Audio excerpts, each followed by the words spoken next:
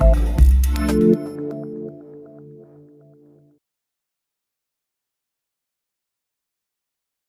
हम क्या सीखने जा रहे हैं कि जो भी एंट्री आप कर रहे हैं वो मंथ के हिसाब से, करंट मंथ के हिसाब से, जो आपकी करंट मंथ चल रही है उसके हिसाब से यहां पर डिस्प्ले हो जाए।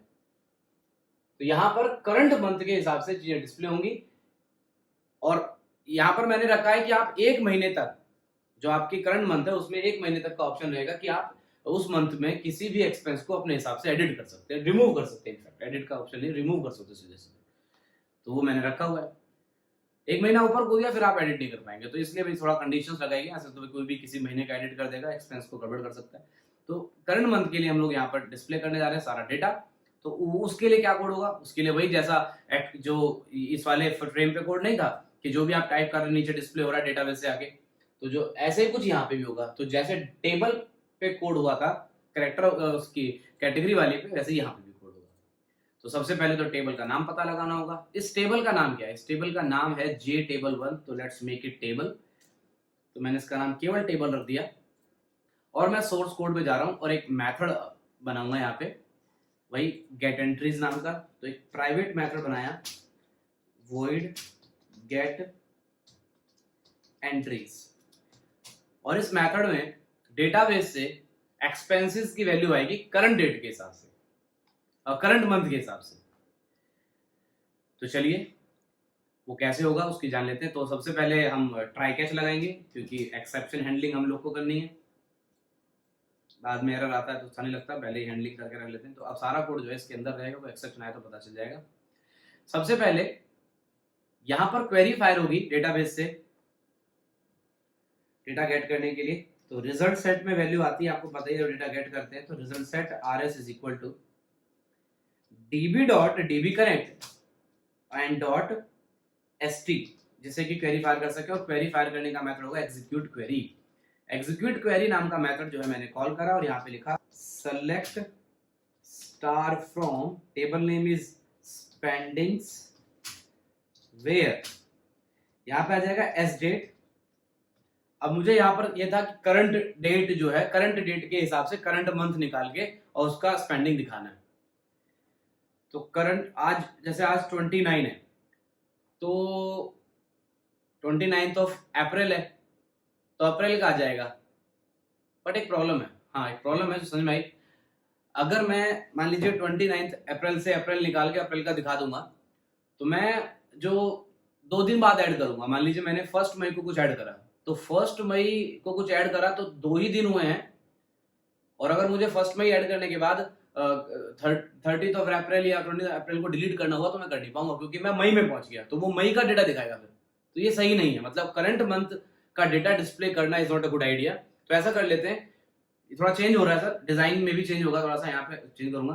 क्योंकि करंट मंथ का डिस्प्ले करने का मतलब है कि अगर हम लोग मंथ के एकदम एंड में या मंथ के एकदम स्टार्टिंग में है, मंथ के इनफैक्ट मंथ के एकदम स्टार्टिंग में अगर है, तो 2 दिन पहले, 1 दिन पहले ही कुछ अगर ऐड हुआ होगा तो उसे हम डिलीट नहीं कर पाएंगे, क्योंकि फिर वो अगले महीने का दिखाएगा।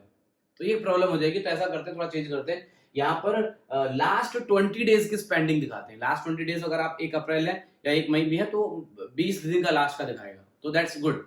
अब वो 20 दिन का करना है या 30 दिन का करना है, वो आपके ऊपर रहेगा। तो यहाँ पर दिस मंथ स्पेंडिंग की जगह पे I am doing a change. तो मैं यहाँ पर दिस मंथ की जगह लिख दूंगा लास्ट 20 डेज स्पेंडिंग।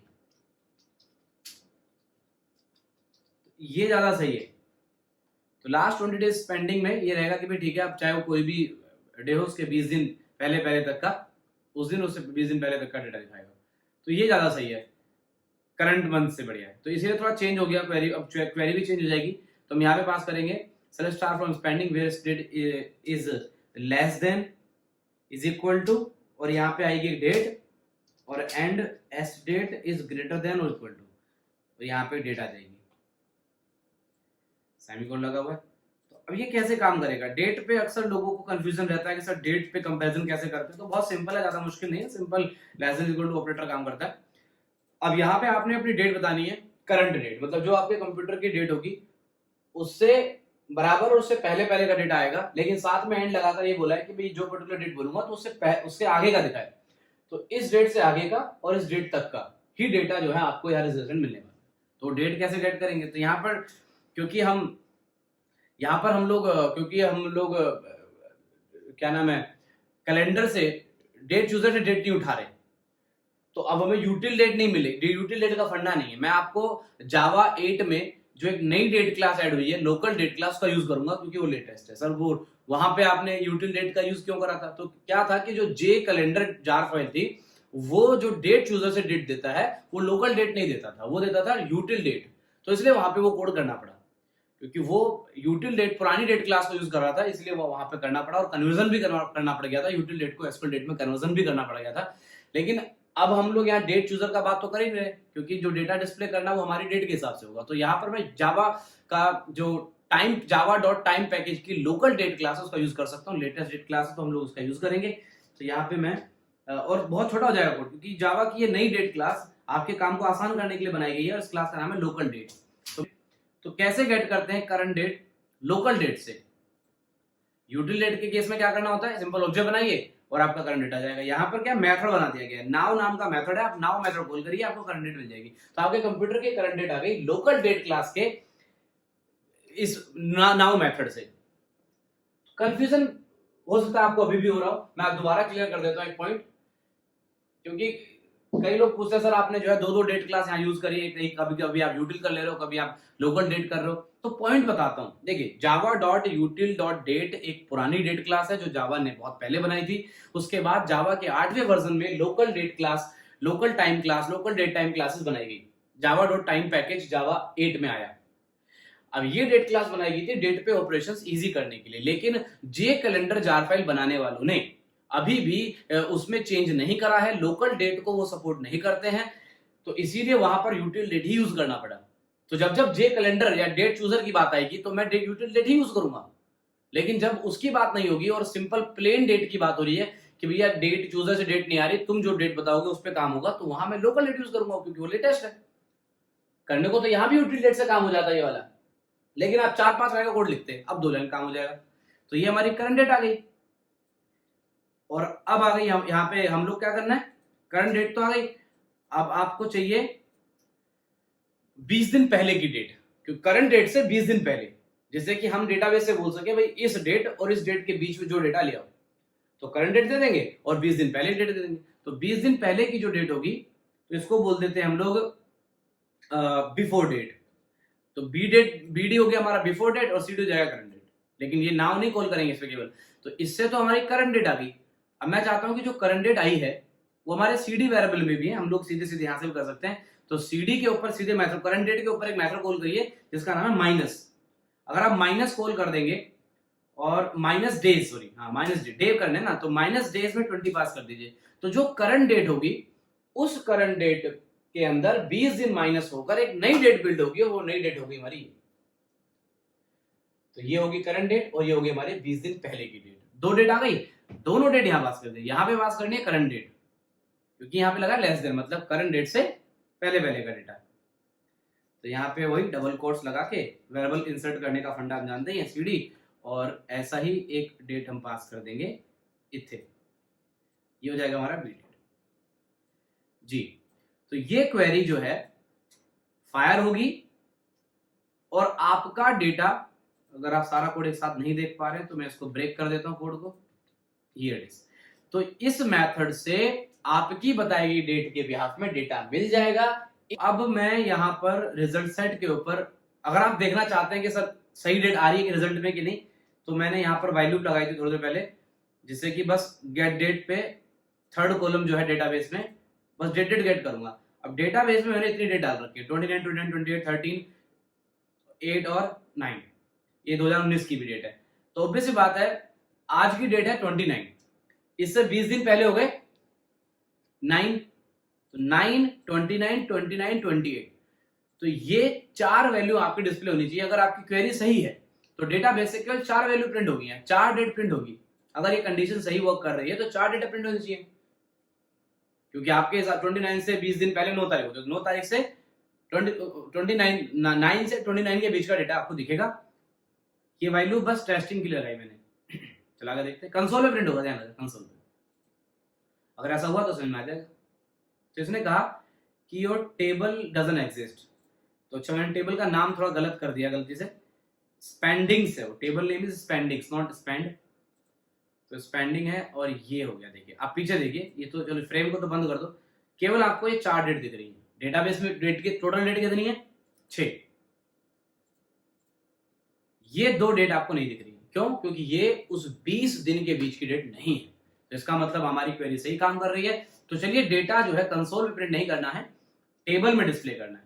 तो जो डेटा यहां से मिला वो 1 बाय 1 टेबल में डिस्प्ले होगा। टेबल में डिस्प्ले करने के लिए आपको याद है हम लोग पहले टेबल का मॉडल गेट करते हैं, मॉडल गेट करने के बाद फिर मॉडल में जो है एक कलेक्शन या ऑब्जेक्ट एरे बनाकर टेबल में ऐड रो कर देते हैं, ये आपको याद होगा। और टेबल का पुराना डेटा डिलीट होता रहे तो उसके लिए सबसे पहले मॉडल टॉप में गेट करते हैं, ये आपको याद होगा शायद, क्योंकि मैंने कैटेगरी में करा था। कैटेगरी वाले के कोड में अगर गेट एंट्रीज याद है तो वहां पर हमने सबसे पहले ये जैसे मॉडल गेट करा यहां से, तो यहाँ मॉडल गेट कर लिया। चलो मैं यहाँ पे दोबारा करता हूं जिससे कि आपको ऐसा ना लगे कि सब कॉपी पेस्ट हो गया। तो जावा x dot swing dot table dot default table model. Default table model इसलिए यूज कर रहे हैं क्योंकि हम लोग अपने से कोई टेबल मॉडल नहीं दिए हैं। तो डीटीएम नाम के वेरिएबल में हम लोग अपनी टेबल का मॉडल गेट करेंगे। पहले तो फर्स्ट स्टेप ये होता है कि आप मॉडल गेट कर लीजिए। मेरे टेबल का नाम है टेबल डॉट गेट मॉडल, से मॉडल मिल गया। तो पहले तो मॉडल गेट करते हैं, कर लिए। सबसे पहला जॉब क्या होता है? मॉडल गेट करो। मॉडल गेट करने के बाद मॉडल से ये पूछो कि उस टेबल में अभी डेटा क्या है। तो गेट रो काउंट नाम के मेथड से हमें पता चल जाएगा कि उसके अंदर टोटल रो कितनी है। टोटल रो क्यों गेट कर रहे हैं? जिससे कि हम उस टेबल को एम्प्टी कर सकें। लेटेस्ट डेटा दिखाने के लिए टेबल को पहले एम्प्टी करना होगा अपनी जे टेबल को। तो यहां पर व्हाइल लूप लगाई। इस कोड के बारे में पहले बात हुई है, तो हम लोग यहाँ पे क्या करेंगे, जो हमारा रो काउंट आया उसको माइनस करेंगे अनटिल जब तक वो 0 ना हो जाए। और यहाँ पर सिंपल डीटीएम के ऊपर मेथड कॉल कर देते हैं रिमूव रो का। तो 0 रो को बार बार रिमूव करेंगे तो जितनी भी रो होंगी वो सारी डिलीट हो जाएंगी। तो ये तो हो गया भाई एम्प्टी करने के लिए टेबल को।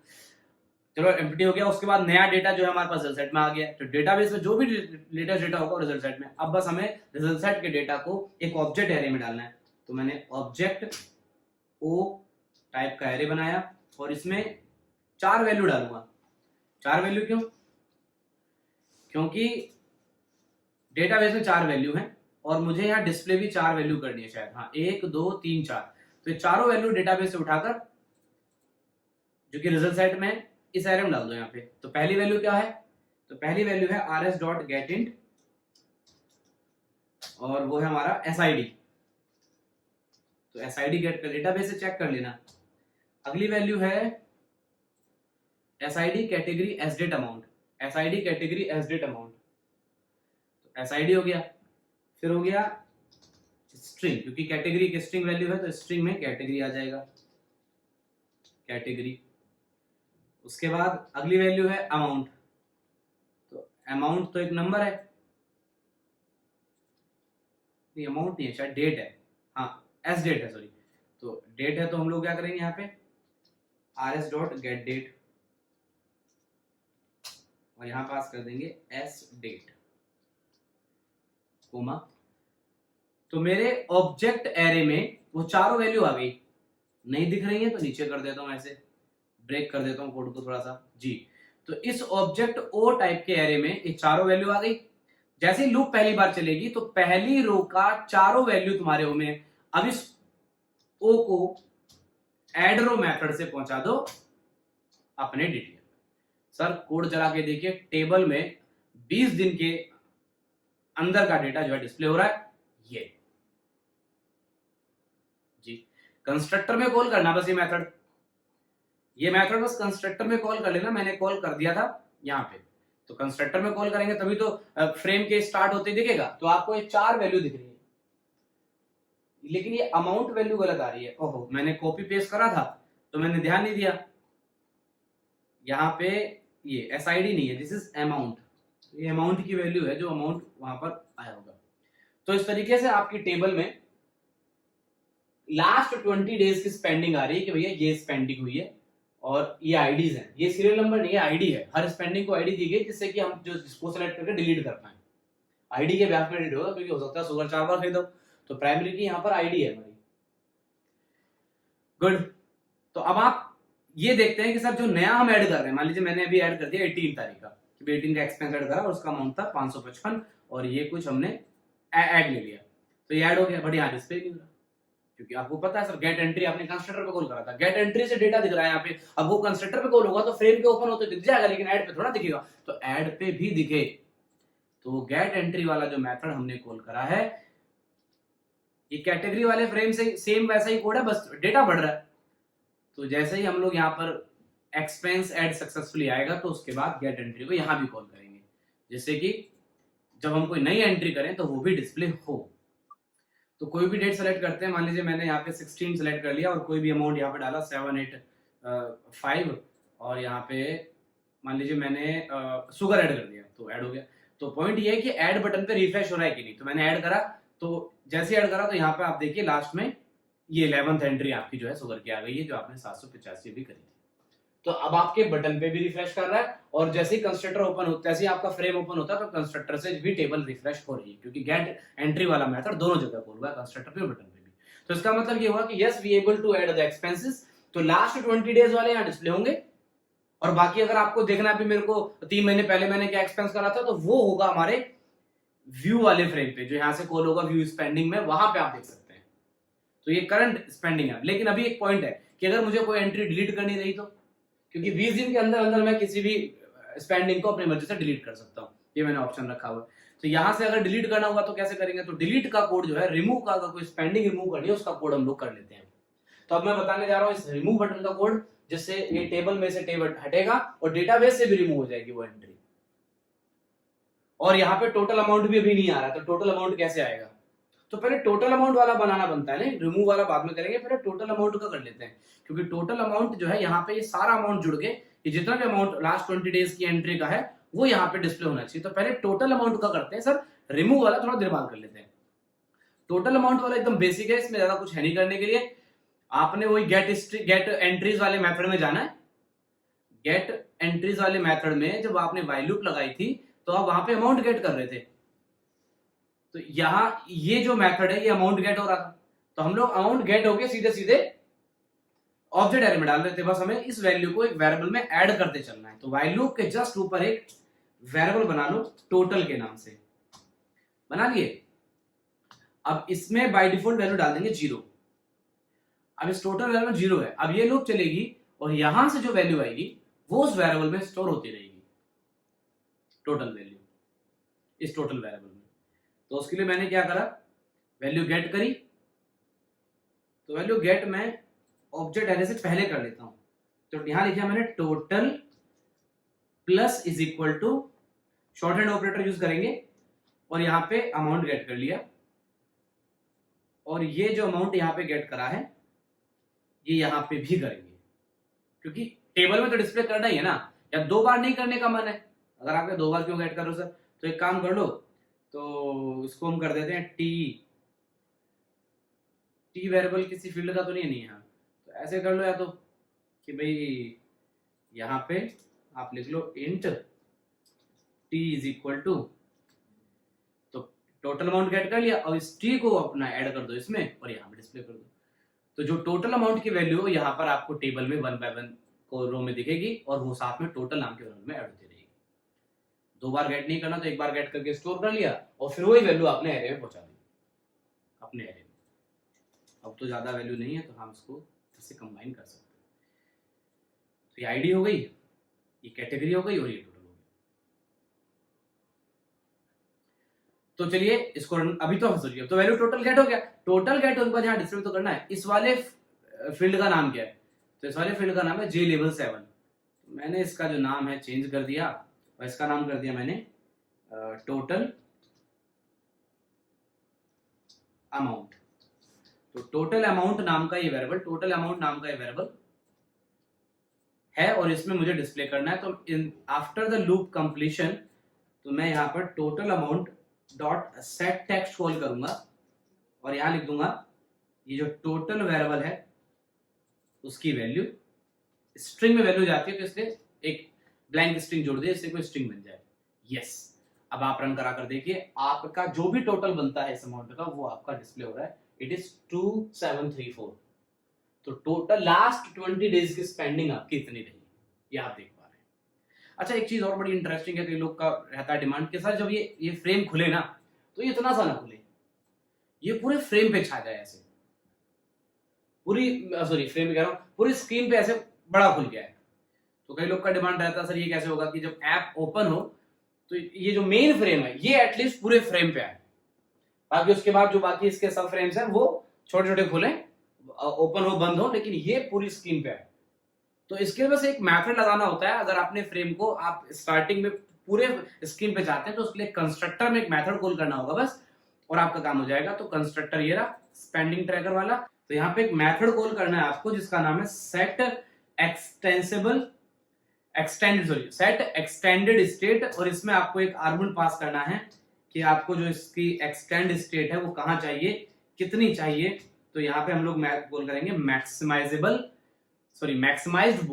मैक्सिमाइजेबल नहीं मैक्सिमाइज्ड है, ये वेरिएबल है जे फ्रेम का स्टैटिक वेरिएबल, और आप जो इस मेथड में से पास करेंगे तो वो उसकी मैक्सिमम साइज xy जो है आपकी स्क्रीन से बाय डिफॉल्ट ले लेगा। दिस लिखने की जरूरत नहीं, तो मेथड कॉल करने के लिए मैंने लिखा था इनहेरिटेंस से डायरेक्टली कॉल हो जाएगा। चलिए ये आपने देखा जब खुला तो पूरी स्क्रीन पे आया, बाकी अभी भी आप इसे अपने हिसाब छोटा कर सकते हैं, लेकिन बाय डिफॉल्ट वो पूरी स्क्रीन पे कैसे खुलता है वो है ये मेथड, ये मेथड है जो ये काम करता है, तो ध्यान रखिएगा। तो चलिए अब बात करते हैं आगे की रिमूव मेथड की, रिमूव बटन की। तो मैं चाहता हूं कि इस टेबल में जो भी एंट्री आ रही है तो उस एंट्री को मैं जब सेलेक्ट करूं, मान लीजिए मैं चाहता हूं कॉफी वाली एंट्री मेरी गड़बड़ थी, तो मैं जब इस पे क्लिक करूं तो इस रिमूव बटन से वो डेटा जो है टेबल से यहां से हट जाए और डेटाबेस से भी रिमूव हो जाए। तो इसके लिए मुझे सबसे पहले तो इस टेबल के किसी रो को सेलेक्ट करना होगा। अगर मैंने मान लीजिए कोई रो सेलेक्ट ही नहीं करी, मैं कंडीशन बता रहा हूं आपको, मान लीजिए मैंने यहाँ पे कोई रो सेलेक्ट नहीं करी और मैं रिमूव बता दूं तो कुछ नहीं होना चाहिए ना। तो अगर कोई रो सेलेक्ट नहीं हुई है और रिमूव बटन प्रेस हुआ तो कुछ ना हो, और अगर कोई रो सेलेक्ट हुई है और फिर रिमूव हो तो वो रिमूव हो जाए। और ये भी हाँ, तो पहले चलिए इसका कोड स्टार्ट करते हैं। तो रिमूव बटन पे गए और यहां पर टेबल का नाम क्या है, टेबल, इसका एक मेथड है जिसका नाम है गेट सेलेक्टेड रो। गेट सेलेक्टेड रो आपको उस रो का इंडेक्स दे देगा आपकी टेबल के जो रो सेलेक्ट हो रखी है। हम डिलीट में भी ये चीज कर चुके हैं। अब ये रो सेलेक्ट हुई, बट हो सकता है कि कोई रो सेलेक्ट ही ना हुई हो, रिमूव बटन दबा गया, आपने कहा रिमूव बटन दबाया तो तुरंत एक कोड चला, उसने कहा गेट सेलेक्टेड रो। अब गेट सेलेक्टेड रो क्या करेगा, अगर कोई रो सेलेक्ट नहीं है तो -1 देता है, ध्यान रखिएगा। तो -1 देता है, तो मैंने यहां पर क्या लगाया, नॉट इक्वल टू -1, मतलब अगर मान लीजिए -1 नहीं आया तो इसका मतलब है कि कोई रो सेलेक्ट हुई है, क्योंकि -1 कब आता है, जब कोई रो सेलेक्ट नहीं हुई और आप टेबल से बोल रहे हो सेलेक्टेड रो। तो टेबल से बोला सेलेक्टेड रो दो, अगर कोई टेबल ही सेलेक्ट नहीं, तो टेबल सेलेक्ट, कोई रो सेलेक्ट ही नहीं, तो रो सेलेक्ट नहीं हुई और आपने सेलेक्टेड रो मांगी तो -1 मिलेगा। अगर कोई रो सेलेक्ट है तो उसका इंडेक्स मिलेगा जो रो सेलेक्ट हुई है। तो मैंने कंडीशन लगा दी, तो एल्स में नहीं लिख रहा क्योंकि एल्स का जरूरत नहीं है, क्योंकि कुछ भी होगा अगर रो सेलेक्ट होगी तभी कोड चलेगा। अब यहाँ पे क्या कोड है, अब यहाँ पे हम लोग लगाएंगे कि जो भी रो का इंडेक्स आ गया, अब बस उसे रिमूव करना है और डेटाबेस पे डिलीट क्वेरी चलानी है। तो जो रो रिमूव होनी है हम टेबल से रिमूव नहीं करें, हम टेबल को रिफ्रेश कर देंगे। हम जो हमारी टेबल है इसे रिमूव का कोड नहीं करेंगे, हम क्या करेंगे, जो गेट स्ट्रिंग वाला मेथड है वो क्या करता है, वो डेटाबेस से डेटा लाता है और टेबल में दिखाता है। तो डेटाबेस से मैनेज कर देते हैं और उसे मैच कॉल कर देंगे, तो अपने आप डेटाबेस से लेटेस्ट डेटा उठा के ले आएगा। तो यहां से हमारे पास रो इंडेक्स आ गया। अब रो इंडेक्स -1 भी हो सकता है, क्योंकि हो सकता है कोई रो सेलेक्ट ही नहीं हुई है और आपने बटन दबा दिया, तो मैंने कंडीशन लगा दी -1 तो नहीं है। अब -1 नहीं है तो रो इंडेक्स मिल गया। अब रो इंडेक्स से अपन आईडी गेट कर लेंगे। तो जो आईडी है, मैंने आईडी वेरिएबल लिया एक, और वहां पर ये जो हमारे पास टेबल है इसका एक मेथड होगा गेट वैल्यू एट। तो गेट वैल्यू एट मेथड में रो इंडेक्स बताया और कॉलम 0 0 क्यों, क्योंकि सर वो पहली ही कॉलम पे है हमारी आईडी, डेटाबेस से इस आईडी के बिहाफ में डेटा डिलीट होगा, तो आईडी हमें मिल गई। बस हमें डाउनकास्ट करना है उसको, क्योंकि ऑब्जेक्ट एरे बनाया था, याद होगा जब डेटा स्टोर हुआ तो ऑब्जेक्ट एरे में, तो ऑब्जेक्ट एरे में ऑब्जेक्ट तो पेरेंट है सबका, तो डाउनकास्ट करना पड़ेगा हमें चाइल्ड में। तो हमने यहाँ पर इंट में वैल्यू गेट कर ली है, आईडी हमें उस सेलेक्टेड रो की मिल गई है, अगर कोई रो सेलेक्ट हुई है तो आईडी हमारे पास है। अब आईडी के ब्याह में डिलीट क्वेरी चला दो, तो मैंने डिलीट क्वेरी चलाई। अगर आप चाहते हैं कि भाई पूछे कि do you really want to delete, तो उसका कोड भी कर देंगे इसमें भी। यहाँ पे आ जाएगा एग्जीक्यूट अपडेट और हमारी क्वेरी होगी simple, delete from spendings where SID is equal to, जो आईडी हमने गेट करी है वो, अब सिंगल कोड नहीं, नंबर है तो डायरेक्टली लिख सकते हैं, तो डायरेक्टली डबल प्लस लगा के यहाँ पे आप आईडी लिख दीजिए। इस वाले डबल कोट्स का कोई मतलब नहीं रह गया क्योंकि उसमें कुछ है नहीं, ब्लैंक। तो ये हमारा काम हो गया। ये एक्सेप्शन क्यों दे रहा है, ये एरर क्यों दे रहा है, क्योंकि ट्राई कैच नहीं है, तो ट्राई कैच लगा दीजिए। ट्राई कैच तो यही है कि सारे कोड में लगा दो, या फिर आप जितना आपको जरूरत है वहां भी लगा सकते हो, यहाँ पे लगा दो।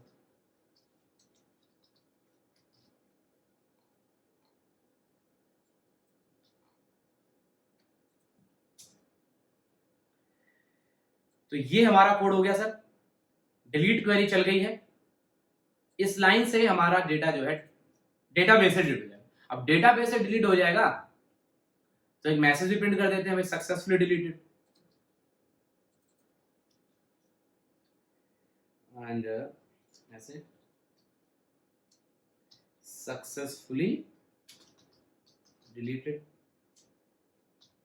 सक्सेसफुली डिलीटेड के बाद ऑब्वियस बात है, मैं चाहूंगा कि मेरी जो टेबल है वो भी रिफ्रेश है, क्योंकि अभी का काम तो हो रहा है। अगर अभी इसको रन कराओगे तो आपकी मर्जी की जो वैल्यू है, जैसे आपने कहा भी 7th वाली एंट्री इसको डिलीट कर, तो रिमूव हो गया डेटाबेस से, यहाँ रिफ्लेक्ट नहीं करा क्योंकि आपने गेट एंट्रीज को दोबारा कॉल नहीं करा ना।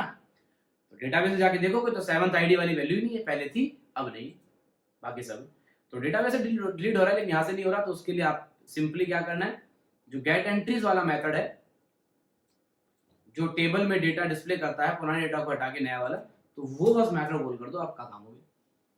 अब इसमें बस एक चीज और ऐड करनी है, और एक बात और, ये जो रो इंडेक्स वाली कहानी यहाँ पे हुई कि भाई जो रो सेलेक्ट हुई है उसका -1 तो नहीं आया इंडेक्स, ये मेरे को कैटेगरी वाले पे भी लगाना था, क्योंकि मैंने यहाँ पे भी डिलीट करा था, तो यहाँ पे लगाया नहीं था उस टाइम पे, दिमाग में नहीं आया, बट कोई बात नहीं, अगर अभी समझ में आ रहा है तो अब लगा देते हैं।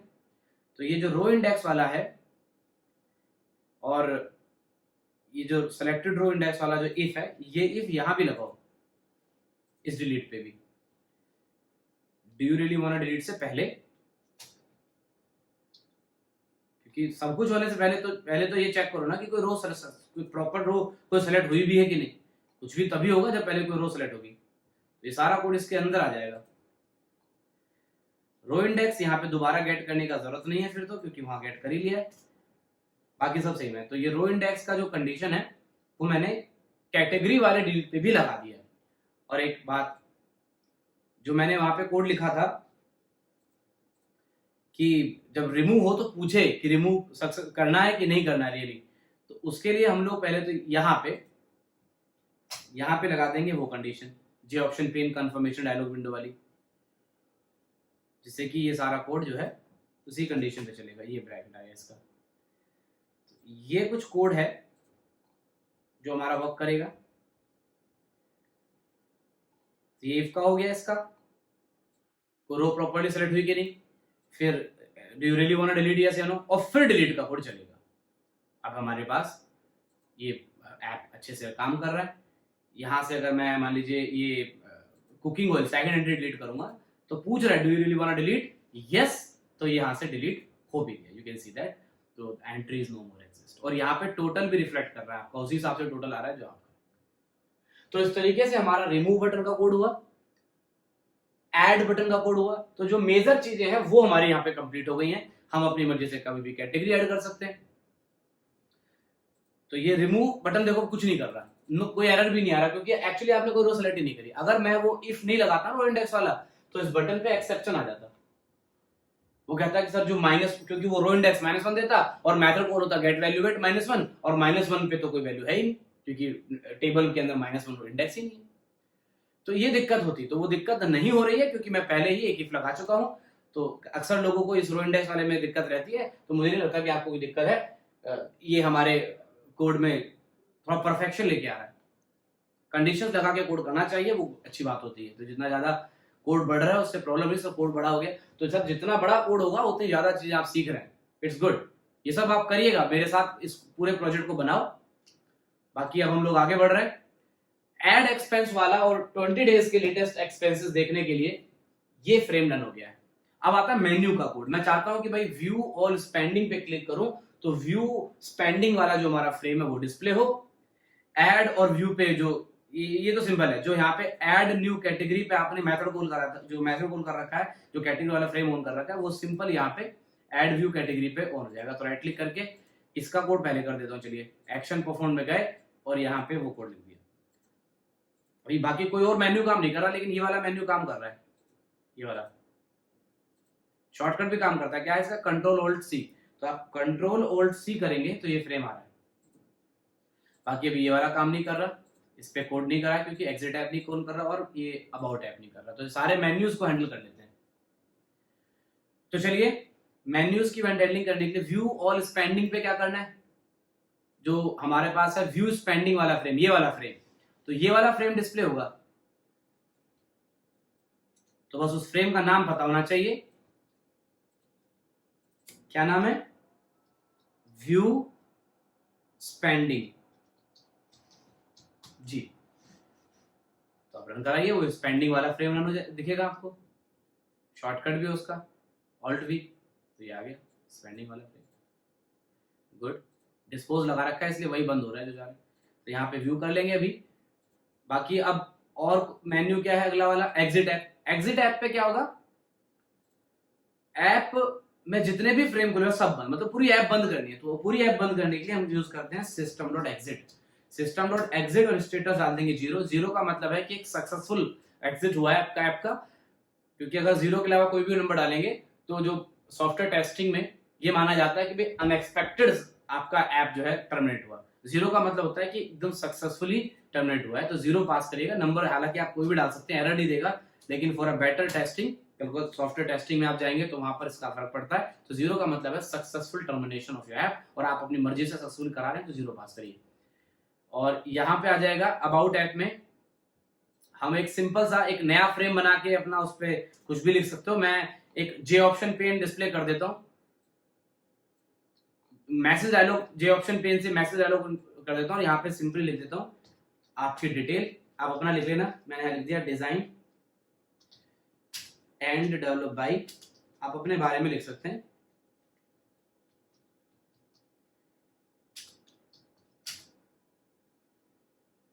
आप अपना नाम लिख दीजिएगा। मैं यहाँ पर अपनी कंपनी का नाम इन कैप लिख देता हूँ, तो अपना नाम लिख देता हूँ साथ में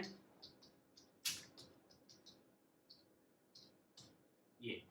तो अब इससे फायदा ये होगा कि जब कोई भी आपके इस वाले मेन्यू पे आएगा तो ये एक मैसेज आएगा कि design develop by in cap Rahul Chauhan.